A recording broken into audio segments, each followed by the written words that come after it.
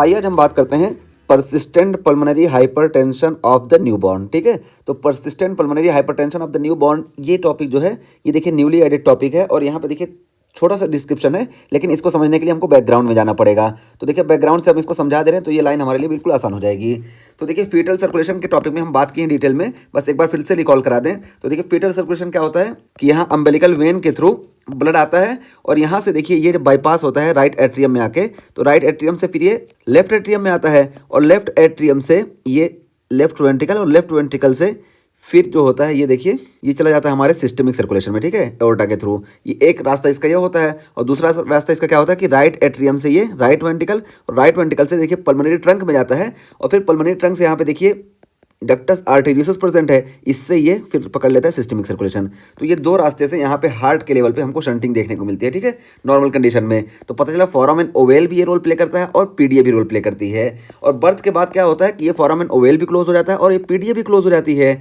और ये दोनों क्यों क्लोज होते हैं, तो देखिए यहाँ पे इनका जो क्लोज होने का रोल है, यहाँ पे ये लंग का वेस्कुलेचर जो होता है कि जब तक बर्थ नहीं होती है, बर्थ से पहले लंग्स की वेसल जो होती हैं डेवलप नहीं होती, लंग्स डेवलप नहीं होता है। इस वजह से ये देखिए जो पल्मोनरी आर्टरी है इसके थ्रू यहाँ जब ब्लड जाना चाहता है ना इधर और इधर, इसके थ्रू देखिए लंग्स में जाना चाहता है तो यहाँ पे रेजिस्टेंस ज़्यादा होता है, इस वजह से प्रोस्टाग्लैंडिन का सिक्रेशन होता है। ठीक है, और प्रोस्टाग्लैंडिन का सिक्रेशन होता है तो ये प्रोस्टाग्लैंडिन इसको ओपन रखता है। एक चीज़ ये हुई, और ब्लड यहाँ देखिए अम्बेलिकल वेन के जरिए राइट एट्रियम में आ रहा है तो राइट एट्रियम में लेफ्ट एट्रियम से प्रेशर ज़्यादा होता है, इस वजह से ये भी ओपन रहती है ड्यूरिंग इंट्रायूट्राइन लाइफ। लेकिन जब बर्थ होती है तो बर्थ के बाद ये भी क्लोज हो जाती है, ये भी क्लोज हो जाती है। क्लोज होने में क्या रोल होता है कि बर्थ के बाद देखिए इसका जो वेस्कुलेचर का ये जो रेजिस्टेंस है ना नॉर्मली ये कम हो जाता है, तो जब कम हो जाता है ना तो ब्लड इधर फ्लो होने लगता है। तो अब क्या हुआ कि जब ब्लड इधर फ्लो होने लगा तो राइट वेंट्रिकल का प्रेशर कम होगा क्योंकि ब्लड देखिए इधर इधर चला जा रहा है। तो जब राइट वेंट्रिकल का प्रेशर कम हुआ तो राइट एट्रियम का भी कम होगा, इस वजह से राइट एट्रियम का और राइट वेंट्रिकल का प्रेशर खासतौर से राइट एट्रियम का ये लेफ्ट एट्रियम से कम हो जाएगा। इस वजह से ये जो फोरामेन ओवल है ये क्लोज होता है और यहाँ पे देखिए इसका प्रेशर जब कम हो जाएगा और यहाँ पे इसका प्रेशर ज़्यादा हो जाता है, तो इसका प्रेशर ज़्यादा हो गया और इसका प्रेशर कम हो गया, इस वजह से यहाँ पे प्रोस्टाग्लैंडिन का सिक्रेशन नहीं होगा, इस वजह से ये भी क्लोज हो जाती है। नॉर्मल ऐसा होता है। ठीक, तो यहाँ पे देखिए क्या होता है कि इस कंडीशन में persistent pulmonary hypertension of the newborn में ये जो रेजिस्टेंस कम होना होता है ना इसका, ये कम नहीं होता है। और जब रेजिस्टेंस कम नहीं होना है तो क्या होगा कि ना ये क्लोज होगा और ना ही ये क्लोज होगा, बस हमको यही एनोमली देखने को मिलती है। तो देखिए यहाँ पे बताया गया कि क्या होता है persistence of increase pulmonary vascular resistance after birth. तो बर्थ के बाद जो है पल्मोनरी वेस्कुलर रेजिस्टेंस ये इंक्रीज रहेगा। ठीक है, कम नहीं हुआ। अब जब कम नहीं होगा तो क्या होगा कि associated with abnormal development and postmortem adaptation of pulmonary vasculature. तो ये बताया जा रहा है कि ये प्रेशर कम क्यों नहीं होगा, तो वही बताया गया कि abnormal development and postpartum adaptation of pulmonary vasculature. तो पल्मोनरी वेस्कुलेचर का जो पोस्टपार्टम एडाप्टेशन होता है ना ये नहीं हो पाया क्योंकि यहाँ पे जो लंग डेवलप नहीं हुआ है। बहुत सारे रिस्क फैक्टर है, अभी हम बात करते हैं। तो ये जब लंग्स नहीं डेवलप हो पाएगा अच्छे से तो यहाँ पे प्रेशर कम नहीं होगा। जब प्रेशर कम नहीं होगा तो ना ही ये फोरामेन ओवेल क्लोज होगी, ना ही ये पेटेंट डक्टस आर्टेरियोसिस यानी डक्टस आर्टेरियोसिस भी क्लोज नहीं होगी। तो जब दोनों क्लोज नहीं होगा इधर प्रेशर ज़्यादा हो गया। अब देखिए हम बताएं, पहले हम दिखा दें कि ये देखिए इधर प्रेशर ज़्यादा हो गया तो बर्थ के बाद भी इधर ब्लड नहीं जा रहा है। ठीक है, बर्थ के बाद भी ये वाले सर्कुलेशन में यहाँ से देखिए पल्मोनरी आर्टरी के थ्रू इधर ब्लड जाना था और इधर ब्लड जाके ऐसे लंग्स में जाना था, फिर लंग्स से फिर ये देखिए ये ऑक्सीजनेटेड ब्लड यहाँ पे लेफ्ट एट्रियम में आना था। लेकिन यहाँ पे जो रेजिस्टेंस ज़्यादा है तो रेजिस्टेंस ज़्यादा होने की वजह से ये सर्कुलेशन नहीं काम करेगा। इस वजह से अब यहाँ पे हमको क्या देखने को मिलेगा, जाएगा तो कुछ लेकिन जितना जाना था उतना नहीं जाएगा। इस वजह से अब देखिए यहाँ से हमको शंटिंग देखने को मिलेगी, ये शंटिंग देखने को मिलेगी और ये शंटिंग देखने को मिलेगी। तो इधर से देखिए इंट्रा यूट्राइन लाइफ में अम्बेलिकल वेन जो थी ये ऑक्सीजनेटेड ब्लड ला रही थी, लेकिन अब इधर ऑक्सीजनेटेड ब्लड लाने वाला कोई नहीं है। यहाँ से जो भी ब्लड आएगा यहाँ राइट एट्रियम में सब डी ऑक्सीजनेटेड होगा। तो जब सब डी ऑक्सीजनेटेड हुआ तो लेफ्ट एट्रियम में हमारे डी ऑक्सीजनेटेड जाएगा और यहाँ पीडीए के थ्रू भी डी ऑक्सीजनेटेड ब्लड हमारे एओर्टा में जाएगा। ठीक है, तो ये कॉन्सेप्ट हम समझा दिए। अब देखिए यहाँ से हम बात करते हैं कि risk factor include aspiration of meconium stained amniotic fluid and neonatal pneumonia. तो ये रेजिस्टेंस कम क्यों नहीं होगा, तो देखिए इसका रिस्क फैक्टर बताया गया कि यहाँ पे हमको म्यूकोनियम स्टेन्ड एमनियोटिक फ्लूइड का एस्पिरेशन देखने को मिलता है और हो सकता है कि नियोनेटल निमोनिया है। तो इन दोनों कंडीशन में म्यूकोनियम स्टेन्ड एमनियोटिक फ्लूइड जब फीटस सॉलो कर लेता है तब भी हमको लंग के डेवलपमेंट में परेशानी देखने को मिलती है क्योंकि लंग्स में जो है म्यूकोनियम चला गया जो कि क्लियर नहीं हो पाएगा, तब लंग्स के वेस्कुलेचर अच्छे से डेवलप नहीं हो पाएंगे। या इसी तरीके से निमोनिया है तब भी यहाँ पे रेजिस्टेंस देखने को मिलेगा। तो ये सारी कंडीशन हुई जिसकी वजह से हमको ये शंटिंग देखने को मिलती है। ठीक है, और हमको परसिस्टेंट पल्मोनरी हाइपरटेंशन देखने को मिलता है न्यूबॉर्न में। और अब जब ऐसा होता है तो क्या होता है, lead to right to left shunt through foramen ovale and ductus arteriosus. तो देखिए जब ये वेस्कुलेचर का रेजिस्टेंस बढ़ गया ना इधर से, तो हमको क्या देखने को मिलेगा कि यहाँ फोरामेन ओवेल और पीडीए के थ्रू राइट टू लेफ्ट सन देखने को मिलेगा। और राइट टू लेफ्ट सन हमको देखने को मिला, पता है कि राइट टू लेफ्ट सन में हमको डीऑक्सीजनेटेड ब्लड का राइट टू लेफ्ट सन देखने को मिलता है। तो यहाँ पे देखिए बताया गया कि lead to right to left shunt through foramen ovale and ductus arteriosus.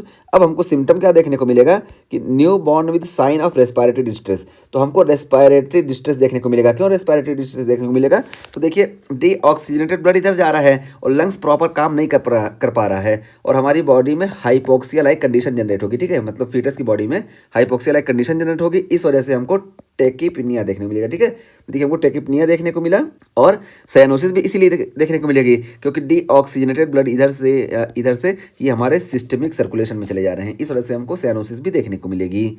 और फिर उसके बाद फिर देखिए एक पॉइंट बताया गया कि preductal oxygen saturation is often higher than postductal. हाँ, ये चीज़ देखिए बताया गया कि यहाँ पे जब हम बात करेंगे कि ये देखिए ये पेटेंट डक्टस आर्टेरियोसस है ना, इससे पहले की ऑक्सीजन सेचुरेशन ना ये हायर होगी देन पोस्ट डक्टल। तो क्या ऐसा क्यों होगा, क्योंकि देखिए जो मिक्सिंग हो रही है यहाँ से राइट वेंट्रिकल से जो ब्लड डीऑक्सीजनेट जा रहा है यहाँ पे एओर्टा में, ये बाद में जा रहा है ना। यहाँ तक जो था लंग से जो ब्लड आ रहा था ये था और यहाँ पे आके मिक्सिंग हो जा रही है और ज़्यादा।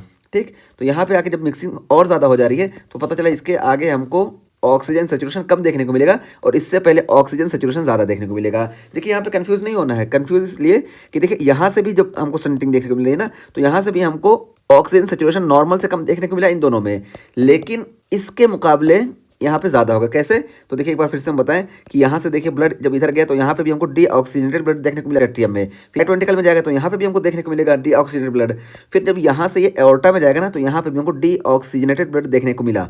लेकिन अभी यहाँ पे देखिए डीऑक्सीजनेटेड ब्लड इतना था, लेकिन जब ये पेटेंट डक्टस आर्टेरियोसस की बात करें ना तो यहाँ पे देखिए डीऑक्सीजनेटेड ब्लड देखिए और ज़्यादा आ गया, यहाँ से भी डीऑक्सीजनेटेड ब्लड आया और यहाँ से और ज़्यादा आया। तो इस वाले हिस्से में डीऑक्सीजनेशन था, लेकिन यहाँ आगे वाले हिस्से में जो है ना और ज़्यादा हमको डीऑक्सीजनेशन देखने को मिलेगा। इस वजह से यहाँ पे ऑक्सीजन सेचुरेशन यहाँ के मुकाबले अच्छा होगा। तो यही इस लाइन में बताया गया है कि preductal oxygen saturation is often higher than post ductal. तो देखिए प्रीडक्टल में ऑक्सीजन सेचुरेशन हायर होगी और पोस्ट डक्टल में कम होगी। और इक्वल पल्स, और पल्स हमको इक्वल देखने को मिलेंगे। और पल्स इक्वल क्यों देखने को मिलेंगे, क्योंकि पल्स तो यहाँ से हार्ट जो हमारा बराबर काम कर रहा है ना, हार्ट तो यहाँ से पंप कर रहा है तो इधर जा रहा है। ठीक है, तो हार्ट बराबर काम कर रहा है तो अपर सर्कुलेशन में यानी अपर बॉडी में भी बराबर सर्कुलेशन जाएगा और लोअर बॉडी में बराबर जाएगा। बस ये है कि अपर बॉडी में ऑक्सीजन ज़्यादा जाएगा और लोअर बॉडी में हमको ऑक्सीजन का सिचुएशन कम देखने को मिलेगा, बस ये चीज़ है। और पल्स जो है हमको पल्स में कोई डिले नहीं देखने को मिलेगा, तो यहाँ पे यही बताया गया। तो हमारा ये persistent pulmonary hypertension of the new born का टॉपिक कंप्लीट हुआ। इसमें बस ये बताया गया कि बर्थ के बाद जो ये पल्मोनरी वेस्कुलर का रेजिस्टेंस जो कम होना होता है ना, ये कम नहीं होता है। और जब कम नहीं होता है तो ना ये फोरामेन ओवेल क्लोज होती है, यानी पेटेंट फोरामेन ओवेल हमको देखने को मिलती है और पेटेंट डक्टस आर्टेरियोसस देखने को मिलती है। और बाकी इधर से कुछ ऑक्सीजन तो आएगा जो ऑक्सीजनेशन हुआ उसका, तो ये तो पूरा प्रॉपर काम करेगा। बस यहाँ पे हमको शंटिंग की वजह से ऑक्सीजन सेचुरेशन कम देखने को मिलेगा। लोअर एक्सट्रीमिटीज में ज़्यादा कम ऑक्सीजन सेचुरेशन देखने को मिलेगा, अपर एक्सट्रीमिटीज में हमको ऑक्सीजन सेचुरेशन लोअर के मुकाबले थोड़ा अच्छा देखने को मिलेगा। ठीक है, ये चीज़ हुई। और साइनोसिस और टेकिपनिया हमको देखने को मिलेगा। क्यों देखने को मिलेगा हम बता दिए। और यहाँ पर रिस्क फैक्टर की हम बात किए तो देखिए दो रिस्क फैक्टर हैं। एक क्या है, म्यूकोनियम स्टेन एमनियोटिक फ्लूइड का नियोनेट एस्पिरेशन कर लेगा तब, और दूसरा नियोनेटल निमोनिया। तो इन दोनों कंडीशन में देखिए लंग्स के जो पेरेन्काइमा है ये फुल्ली डेवलप नहीं हो पाएंगे, एक में डेवलप नहीं हो पाएगा और दूसरे में क्या है कि निमोनिया हो जाएगा, जिसकी वजह से डीजनरेशन देखने को मिलेगा। तो हमको यहाँ पे वेस्कुलर रेजिस्टेंस इंक्रीज देखने को मिलेगा। इसी वजह से हमको persistent pulmonary hypertension of the newborn देखने को मिलता है। और ये सारा देखिए हम पीछे से उठा के लाए थे, इसको आई थिंक एक्सप्लेन करने की जरूरत नहीं, फिर से बता दें। तो देखिए यहाँ पे फोरामेन ओवेल क्यों क्लोज होता है और डक्टस आर्टेरियोसस क्यों क्लोज होती है, तो यही यहाँ पे बताया गया। देखिए जब रेजिस्टेंस कम होता है इस वजह से फोरामेन ओवेल क्लोज हो जाता है, और जब फोरामेन ओवेल क्लोज हो जाता है तो ऑक्सीजन सेचुरेशन बढ़ जाती है और इस वजह से प्रोस्टाग्लैंडिन का सिक्रेशन कम हो जाता है। ये हम फीटल सर्कुलेशन के टॉपिक में अच्छे से बात की है, वहाँ से देख लीजिएगा। यहाँ पे हम इसको दोबारा नहीं एक्सप्लेन करना चाह रहे हैं।